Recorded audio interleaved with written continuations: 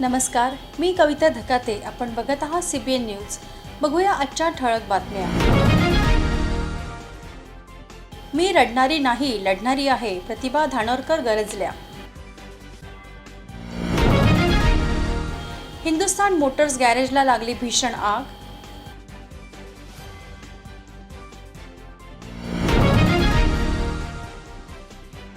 शेवटच्या दिवशी 29 उमेदवारांचे 37 नामनिर्देशन पत्र दाखल.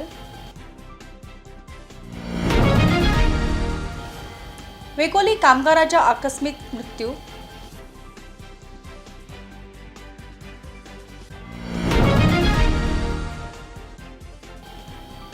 आणि 12 प्रकारचे ओळखीचे पुरावे मतदानासाठी ग्राह्य.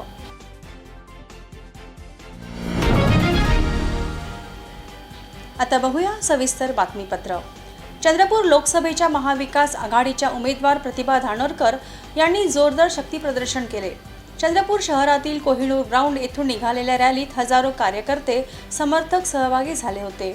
उन्हाची पर्वा न करता कार्यकर्ते प्रतिभा धानोरकर यांचा समर्थनार्थ घोषणा देत होते. चंद्रपूर यवतमाळ जिल्ह्यातून महाविकास आघाडीतील सर्वच पक्षांचे मोठ्या प्रमाणात कार्यकर्ते आणि समर्थक या सभेला आणि मिरवणुकीला हजर होते. 27 मार्च रोजी चंद्रपुरात झालेल्या सभेत प्रतिभाताई धानोरकर म्हणाल्यात, अनिच्छेने एखाद्या नवरदेवाला लग्नाच्या मंडपात बसल्यावर ते लग्न टिकत नाही आणि संसार मोडतो. अशा नवरदेवासारखी केविलवाणी परिस्थिती समोरचा उमेदवार यांची झाली आहे. ही लढाई हुकुमशाही विरोधात लोकशाहीची आहे. डॉक्टर बाबासाहेब आंबेडकर यांचे संविधान बदलू पाहणाऱ्या हुकुमशाही प्रवृत्तीला त्यांची जागा दाखवून द्यायची आहे, असेही प्रतिभा धानोरकर निर्भय सभेत म्हटले आहे.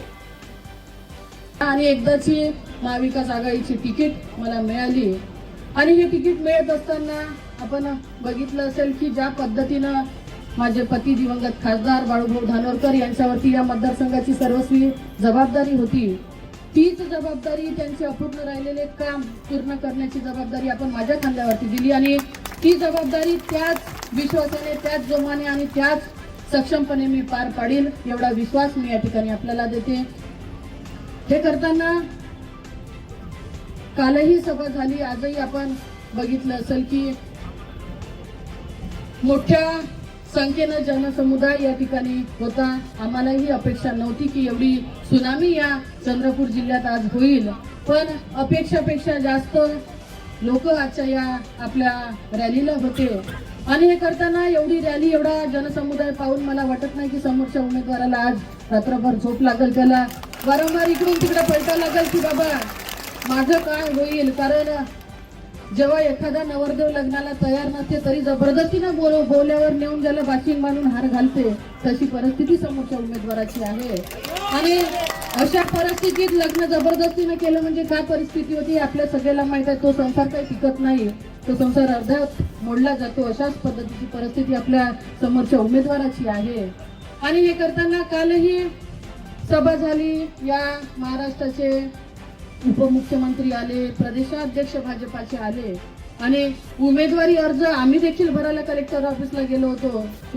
सुभाष भाऊ होते, अडवाले सर नव्हते, सुभाष भाऊ, आम्ही, राजूभाऊ झोडे, सगळेजण आम्ही होतो. पण उमेदवाराच्या चेहऱ्यावरती आताच 12 वाजून होते आणि ते 12 वाजलेले पाहिल्याबरोबर मी सुभाष भाऊला म्हणलं की सुभाष भाऊ, विजय हा आपला नक्की पक्का आहे. कारण उमेदवाराच्या चेहऱ्यावर 12 आजच वाजून आहे. आणि कालच्या देखील सभेतले लोक आपण बघितले असेल आणि आजच्याही सभेतले लोक बघितले. कालच्या सभेत आलेले सगळे लोक हे मजूर वर्ग होता, त्यांना पैसे देऊन आणले, त्यांना काहीही घेणं देणं नव्हतं की उमेदवार कोण आहे. आणि त्या सभेतले अनेक लोकांना आम्हीही गाडीतून तिथूनच गेलो, आम्ही विचारलं की बाबा मत कोणाला देणार.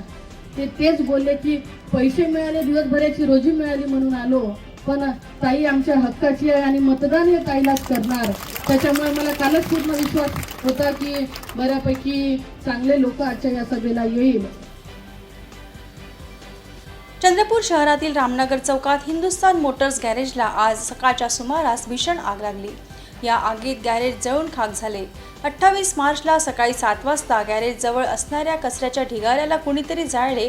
ती आग हळूहळू वाढत हिंदुस्तान मोटर्सपर्यंत पोहोचली आणि त्या आगीत संपूर्ण गॅरेज जळून खाक झाले.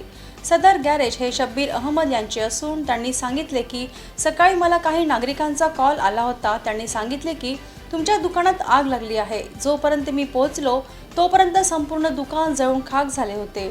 दुकानात बॅटरी व दुचाकीने नवीन सामान 2 दिवसांपूर्वी आणले होते ते सर्व जळाले. या आगीत 7 ते 8 लाखांचे नुकसान झाल्याचा अंदाज आहे.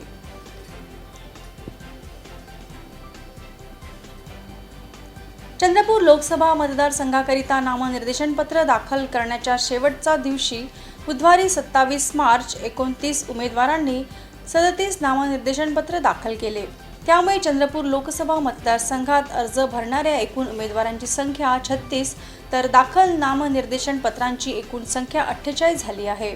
अर्ज दाखल करणाऱ्यांमध्ये धानोरकर प्रतिभा सुरेश काँग्रेस यांनी 3 अर्ज, बेले राजेश वारलूजी वंचित बहुजन आघाडी यांनी 3, विद्यासागर कालिदास कासरलावार यांनी 1, भीमसेना पक्षाच्या वतीने तर 1 अपक्ष म्हणून नामदेव माणिकराव शेडमाके गोंडवाना गणतंत्र पार्टी यांनी 2 अर्ज, जावेद अब्दुल कुरेशी यांनी 1, अपनी प्रजा हित पार्टीच्या वतीने तर 1 अपक्ष म्हणून रमेश आनंदराव मडावी यांनी 1, बहुजन समाज पार्टीच्या वतीने तर 1 अर्ज अपक्ष म्हणून दाखल केला आहे. या व्यतिरिक्त उमेदवाराकडून 23 नामनिर्देशन पत्र दाखल करण्यात आले आहे. वेकोली चंद्रपूर परिसरातील वर्कशॉपमध्ये काम करणारे वेकोली कामगार संजीव सत्तूर यांचा आकस्मिक मृत्यू झाल्यानंतर त्यांच्या कुटुंबियांनी रुग्णालयाच्या डॉक्टरांवर निष्काळजीपणाचा आरोप करत मृतदेह एरिया रुग्णालयासमोर ठेवला आणि कारवाईची मागणी केली. त्यामुळे काही काळ तणावाचे वातावरण निर्माण झाले होते. प्रस्तुत प्रतिनिधी यांच्याकडून मिळालेल्या माहितीनुसार संजीव सत्तूर हे चंद्रपूर परिसरातील विभागीय कार्यशाळेत कार्यरत होते. बुधवारी 27 मार्च रोजी दुपारी त्यांची तब्येत अचानक बिघडल्याने त्यांना दुपारी 1 वाजता तात्काळ प्रादेशिक रुग्णालयात दाखल करण्यात आले. दुपारी 4 वाजता त्यांची प्रकृती अधिकच बिघडल्याने रुग्णालय व्यवस्थापनाने त्यांना वेकोली पॅनलखालील खासगी रुग्णालयात रेफर केले. खासगी रुग्णालयातील डॉक्टरांनी रुग्णाची तपासणी केली असता त्यांची प्रकृती चिंताजनक असल्याचे त्यांना परत पाठवून दिले. संपूर्ण प्रक्रियेदरम्यान रुग्णाचा मृत्यू झाला होता. वेकोली प्रादेशिक रुग्णालयासमोर मृताच्या कुटुंबियांनी मृतदेह आणून ठेवला. त्यामुळे आजूबाजूचे लोक घटनास्थळी जमा झाले. प्रादेशिक रुग्णालयातील डॉक्टरांच्या निष्काळजीपणामुळे त्यांचा मृत्यू झाल्याचा आरोप मृतांच्या कुटुंबियांनी केला आहे. भारत निवडणूक आयोगाने मतदार फोटो ओळखपत्राव्यतिरिक्त इतर 12 प्रकारचे ओळखीचे पुरावे ग्राह्य धरले आहेत. यापैकी कोणताही एक ओळख पुरावा दाखविल्यानंतर संबंधितांना मतदान करता येणार आहे. भारत निवडणूक आयोगाच्या आदेशान्वये लोकसभा सार्वत्रिक निवडणूक 2024 करिता मतदार ओळखपत्राच्या व्यतिरिक्त पुढीलप्रमाणे कोणताही एक पुरावा ग्राह्य धरण्यात येणार आहे.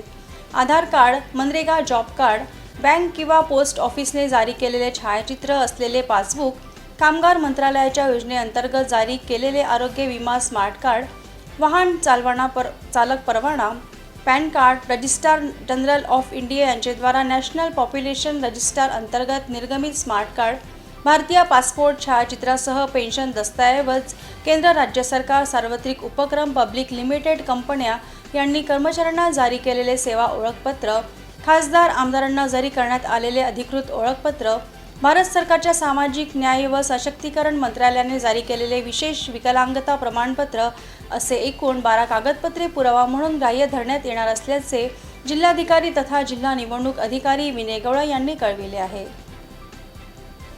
तर हे होते आजचे बातमीपत्र. उद्या पुन्हा भेटू नवीन घडामोडींसह. तोपर्यंत बघत रहा CBN न्यूज चंद्रपूर.